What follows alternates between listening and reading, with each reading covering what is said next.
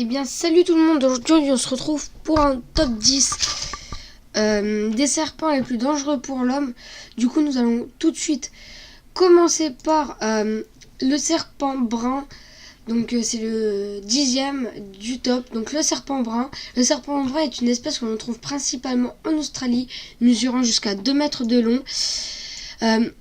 Il se nourrit spécialement d'œufs, de grenouilles et de rongeurs et de petits mammifères. Même s'il évite le contact des humains, son venin n'en est pas moins mortel. Voilà. Donc c'est un serpent vraiment hyper dangereux. Donc je vous conseille pas de le croiser en pleine forêt, même si il habite en Australie. Voilà. Donc si vous allez en Australie, faites attention à vous. Voilà. Donc maintenant nous passons tout de suite au 9e serpent le plus dangereux, la vipère de la mort. Bien que ce serpent ne fasse pas partie de la famille des vipères, on lui a donné ce nom à cause de son aspect physique. Parce que il ressemble beaucoup à une vipère et aussi de son venin très dangereux. Il reste le plus souvent caché sous des feuilles. Des feuilles tout simplement. Donc ne faites faites gaffe aux feuilles. Non, je rigole. Il se cache principalement sous des feuilles.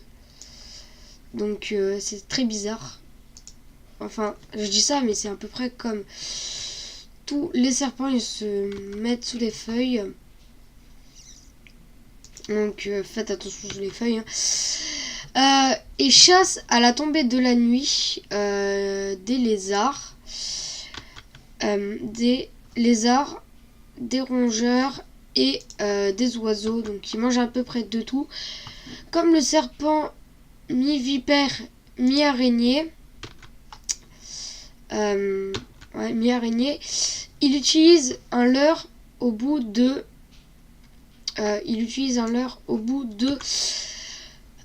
sa queue pour attirer ses proies. Donc voilà, donc c'est tout pour la vipère de la mort. Je peux pas trop vous dire vers où il habite, puisqu'il habite à peu près partout dans le monde. Voilà, donc nous passons tout de suite à la 8e position. C'est le crotal du Texas. Donc ça ressemble un peu à un serpent à sonnette. Je crois même que c'est un serpent à sonnette, mais je n'en suis pas sûre. Donc voilà, le crotal du Texas, comme la plupart des autres crotales américains, le venin de cette espèce est particulièrement violent. Lorsqu'il entre en contact avec un animal ou une personne, il détruit le tissu, les cellules, les muscles et affecte les vaisseaux sanguins, ce qui provoque de grandes douleurs. Donc voilà, normalement vous en mourrez pas, mais il fait très mal. Donc voilà, donc vraiment très mal. Donc voilà. Donc nous passons tout de suite à la 7e position, le taipan du désert. Donc le taipan du désert, c'est sûrement le serpent le plus venimeux au monde, mais du fait de sa timidité, il ne s'approche pas beaucoup des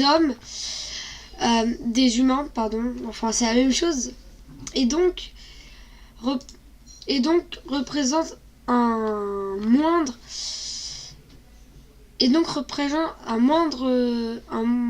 danger si toutefois une personne vient à être touchée par cette espèce. Elle doit bénéficier d'un sérum spécifique très rapidement, car son venin est très virulent, à savoir 100 fois plus toxique. Donc c'est 100 fois plus toxique que celui du crotal et 25 fois plus et 25 fois plus que celui du cobra. Une mort sur neurotox. Une mort sur neurotox est capable de tuer l'équivalent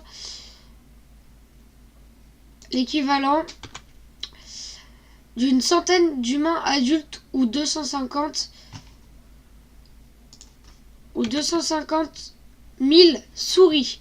Donc 250 000 souris, c'est très beaucoup. Donc voilà. Donc nous passons tout de suite à la 6e position. Donc voilà. Donc pour la prochaine position, nous passons au Cobra Royal. Donc ça, je pense que tout le monde en a déjà entendu parler ou même connaît. Voilà. Donc grâce à la photo de l'écran, je pense que vous le connaissez tous. Il est vraiment hyper connu. Donc le Cobra Royal est le plus long serpent venimeux du monde, entre 3 et 5 mètres. Il est capable d'injecter des quantités de venin importantes. Ce qui... Wow, par contre, attendez. Parce que là, je suis en train de lire des trucs, mais ça bug. Ce qui explique sa grande dangerosité. Sa morsure touche rapidement le système respiratoire. Sa victime meurt asphyxiée. Voilà. Donc, genre, tu meurs parce que tu peux plus respirer. Donc, c'est comme si tu... t'étais sous l'eau et tu te noyais. C'est à peu près la même chose, sauf que c'est sans l'eau. Voilà. Donc, maintenant, nous passons au Cobra Naja Naja. Donc, vous dites, mais what the fuck? Quel est ce nom bizarre? Alors, le Cobra Naja Naja. Ce spécimen est très redoutable pour l'homme car son venin a des caractéristiques paralysantes selon les espèces. Il peut être la cause de gonflement Il peut être la cause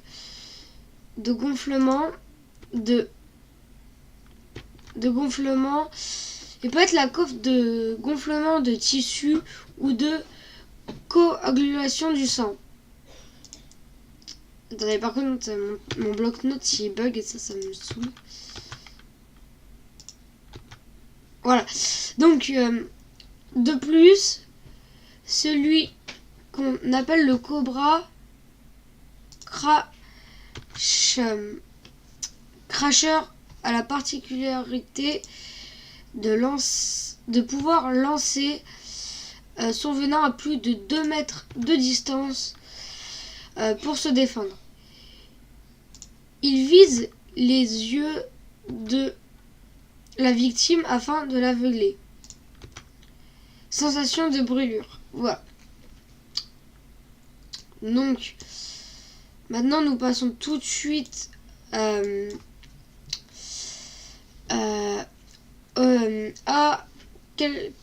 un serpent que vous connaissez sûrement tous.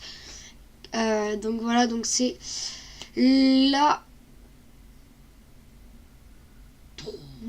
4e position, le grand anaconda. Donc voilà, je vous l'avais dit, vous le connaissez tous. Donc le grand anaconda est la première espèce. Le grand anaconda est la première espèce inscrite dans ce classement qui n'est pas venimeux. Oui, parce qu'en fait, le grand anaconda est le premier dans le classement des serpents les plus dangereux sans venin, parce qu'il n'est pas venimeux. Pourtant, il reste dangereux car c'est un serpent constricteur qui s'enroule autour de sa proie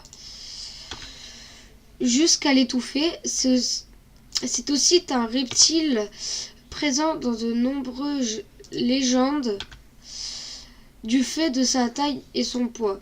Il peut atteindre 6 à 8 mètres de long. Donc vous vous rendez compte, c'est même pas ta taille, tu vois.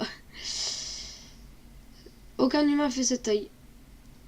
Il peut atteindre 6 à 8 mètres de long pour 200 kilos. Donc 200 kilos, je vous dis tout de suite, peu de gens, mais genre vraiment très peu de gens peuvent le porter. Donc voilà. Donc, nous passons au fer de lance commun. Donc c'est un serpent très à l'aise dans plusieurs habitats. Grâce à son camouflage, il peut autant se déplacer dans les arbres que sur le sol ou dans l'eau. Il est très présent proche de la civilisation, notamment dans les plantations de café ou de bananes. Cette espèce est ainsi très dangereuse car les travailleurs tombent souvent dessus et doivent faire face à sa grande venimosité. Alors ça veut dire qu'il est très venimeux. Le fer-lance cause le plus de morts en Amérique latine.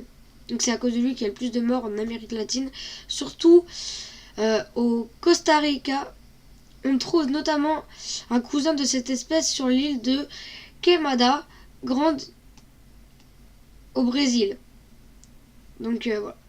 Nous passons tout de suite à la deuxième position, la vipère heurtante. Donc c'est une alors la vipère heurtante se camoufle dans le désert grâce à sa couleur semblable au sable. Elle a une capacité d'attaque comparable à aucun autre serpent. Avec sa rapidité et ses crochets de 2 cm de long, elle provoque des hémorragies internes quasi irréversibles. Si on ne traite pas la blessure rapidement, la zone touchée doit être amputée pour que le venin n'atteigne pas le cœur et condamne la victime. En fait, c'est un très dangereux serpent parce que déjà, il est très rapide pour attaquer. Donc là, par exemple, tu vois, là, t'es là, tu te balades tranquille dans les airs et là, tu te fais mordre direct, t'as rien eu le temps de voir. Et si tu te fais pas hospitaliser et enlever le venin dans les moins d'une heure, t'es obligé d'amputer. Du coup, quand t'es au plein milieu du désert, et ben, t'es obligé d'amputer, sinon t'es mort. Voilà. Donc là, ça va être la description la plus longue que j'ai fait. Donc c'est pour la première position, le mamba noir. Alors, le mamba noir est un serpent qui mesure généralement entre 2 et 3 mètres. Il est appelé ainsi car l'intérieur de sa bouche est entièrement noir et son venin est trop nocif pour l'être humain. Une morsure peut causer la mort en moins de 2 heures si elle n'est pas prise en charge médicalement. Cependant, Tim Fried, un Américain, a démontré qu'il était immunisé contre les effets toxiques de son venin. Il est toutefois important de rappeler que les reptiles sont des animaux craintifs. Ils n'attaquent les animaux que pour se nourrir et ne mordent les humains que pour se défendre. En les laissant tranquilles, leur dangerosité diminue considérablement. Un bon conseil à prendre. Donc voilà, donc on arrive déjà à la fin de ce top. Donc j'espère qu'il vous aura plu. Donc c'est mon premier top 10. Du coup, s'il n'était pas top, c'est normal. C'est parce que c'est mon premier top, comme je le répète. Donc n'hésite pas à t'abonner, liker la vidéo pour rejoindre la team de ma chaîne secondaire qui est basée sur les animaux. Donc voilà. C'est pour ça que c'est un top 10 sur les serpents les plus dangereux pour là. Voilà. Moi je vous dis à la prochaine.